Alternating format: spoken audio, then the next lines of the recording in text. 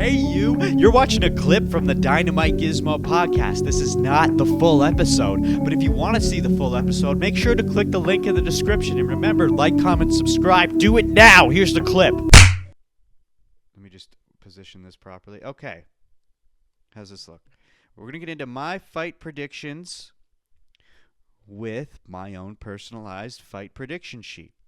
Now again, as I said, if you want this fucking sheet, you little fucking monoggies, click the link in the description. You can get it for free. Okay.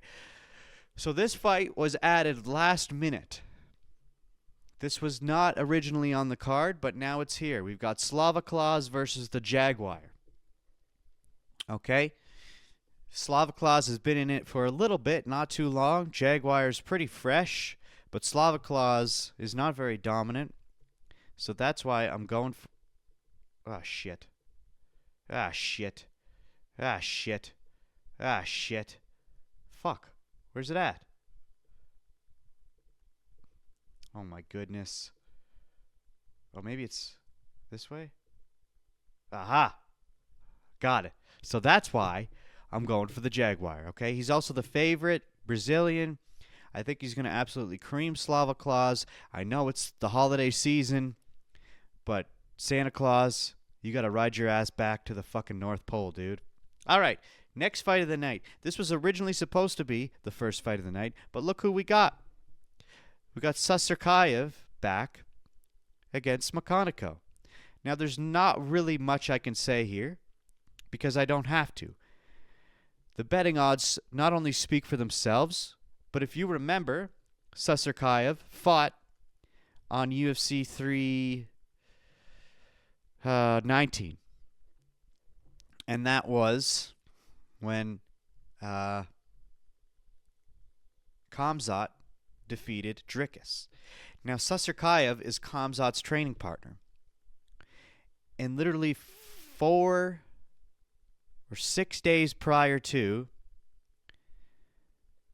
Khamzat fighting DDP, Sabatini won on the Dana White Contender Series. And he has the shortest turnaround time in UFC history. 6 days later, I have it written right here, actually.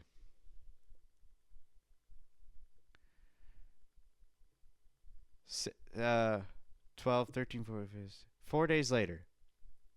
4 days later, after getting his UFC contract, he went and fought on UFC 319, and he won.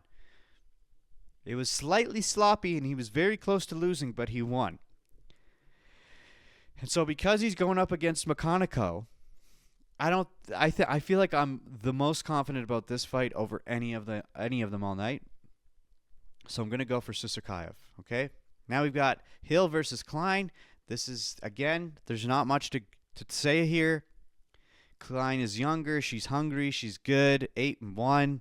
She's going to absolutely cream Hill. I guarantee it. Put money on this fight. Klein's taking it. No doubt in my mind. We've got Sabatini versus Mariscal. Guys have been in it for a bit.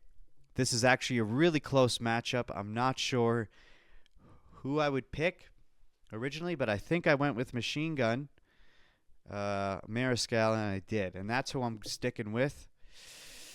Unless things change, I might go with Sabatini. He is the favorite, but I think I'm going to go with Mariscal in this. Okay? I need a few underdog picks. I can't just go for favorites the whole card.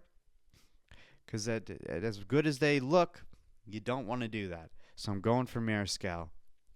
Then we've got Dukas versus Mearshart. Mearshart hasn't been looking great lately. He's all right. But we got the Darce Knight here, minus 450.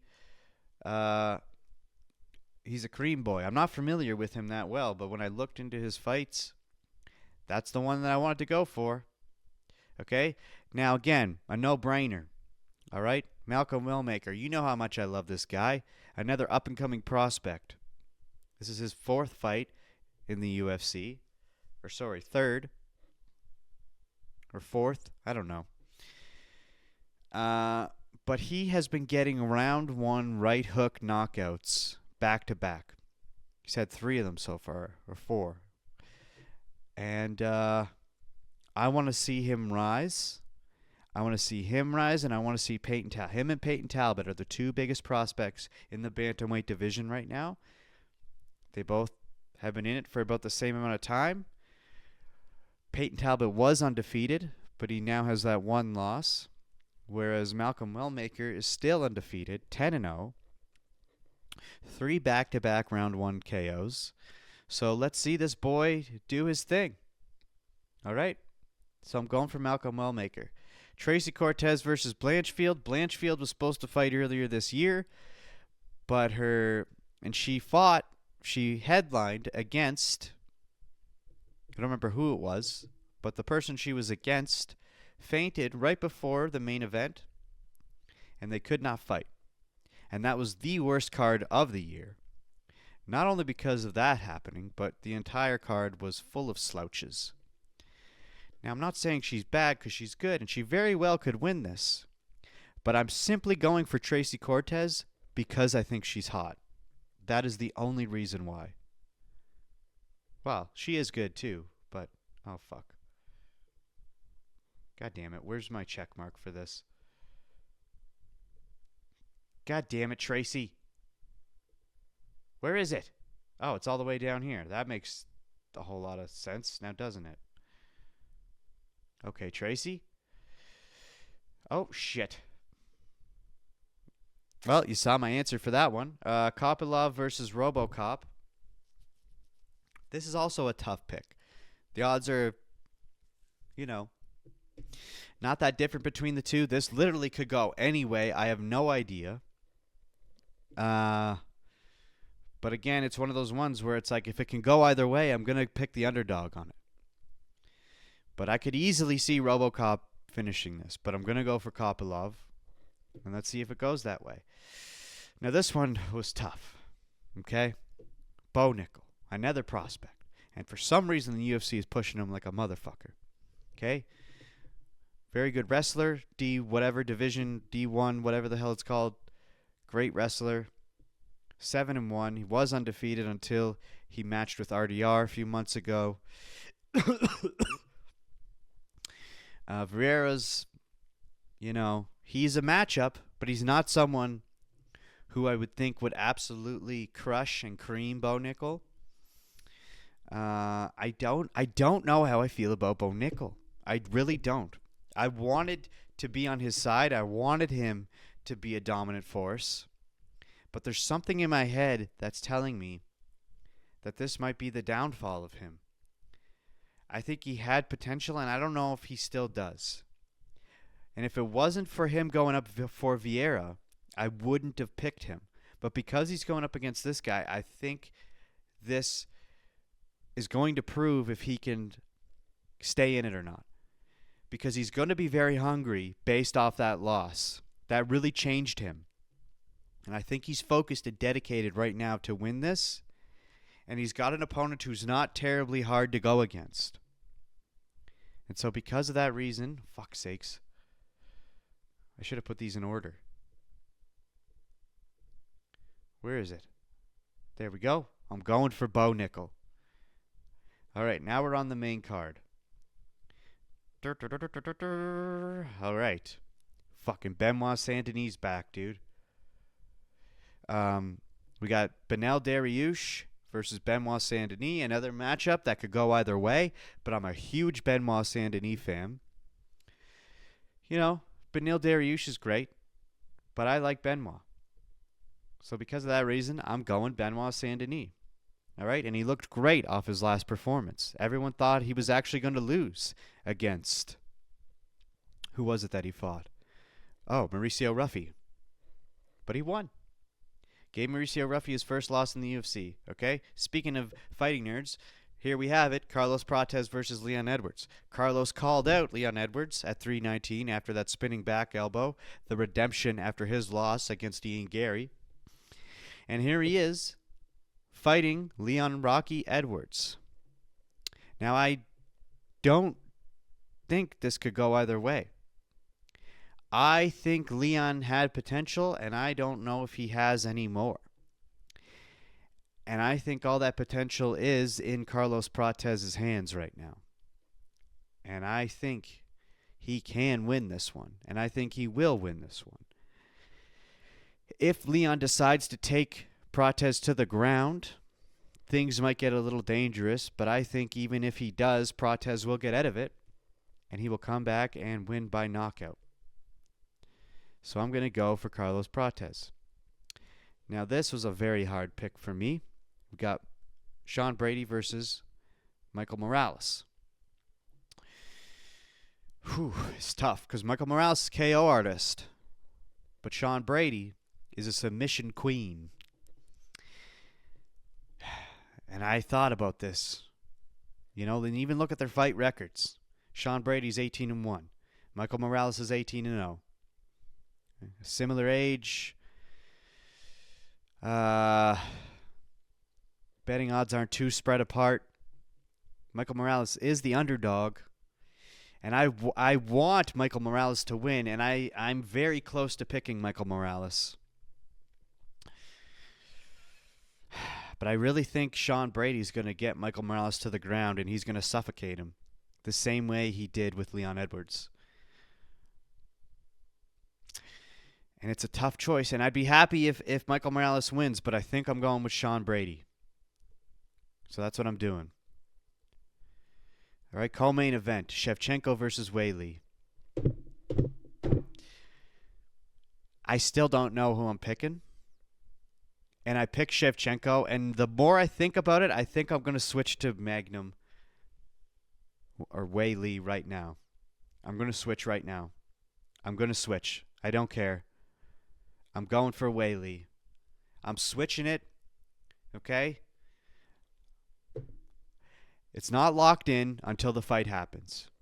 So I'm going with Weili. I'm sorry. I'm going for Weili. I love Shevchenko, and her record's incredible. But I got to go for Weili on this one. And then Della Maddalena versus Makhachev. A lot of people are going for Della Maddalena. A lot of people are going for Della Maddalena. And I understand. And I was going to as well. He's big. He's been in welterweight. He's a fantastic boxer. His takedown defense is unbelievable. Look what he did against Bilal. He can absolutely stuff Islam's takedowns and then fucking beat the shit out of him. Islam was always at lightweight. He's smaller than JDM. His boxing is good, but it's basic. He understands the basics to an elite level. Can he take JDM down? And even if he does, what's he going to do down there? And even with all that being said, Islam is the favorite. Islam is part of Khabib's training camp. He has sacrificed his whole life to do this. He's only lost once. And that one loss was early in his UFC career. And some would even argue that it's a contentious loss because he wasn't actually knocked out. And they could have kept going. And Islam probably would have won if they would have kept going. And collectively, across the Dagestani board, they're almost fully undefeated. Now, I'm not trying to suck on Dagestani's assholes here, as most casuals do. But I sat here and I really thought about it. I really thought, do I want to go for JDM? Because at first I thought, I'm just going to do it. I'm just going to go for JDM. Why the fuck not? It's JDM, dude. It's JDM. He's the welterweight champ. He's an elite boxer. He can stuff any takedown that comes his way. What else more does he need? But then you really think to yourself, but it's Islam. It's Islam Makhachev. It's Islam. How can we vote against Islam? How can you vote against Islam, dude? You can't. You can't vote against Islam. So I had no choice. But I have to go for Islam. Will I be happy if JDM wins? Yes. But do I think Islam takes it? I think he does. I think he does. And I don't know. This was one of the hardest cards for me to vote for. It was one of the hardest ones. Okay? Even Sean Brady and Michael Morales, even Edwards and Proteses, even Dariush and Saint-Denis. But those are what you see right now, those are my locks. Unless something happens between now and Saturday that allows me to change my mind, that's what I'm picking. Tap here to watch the full episode of the Dynamite Gizmo podcast.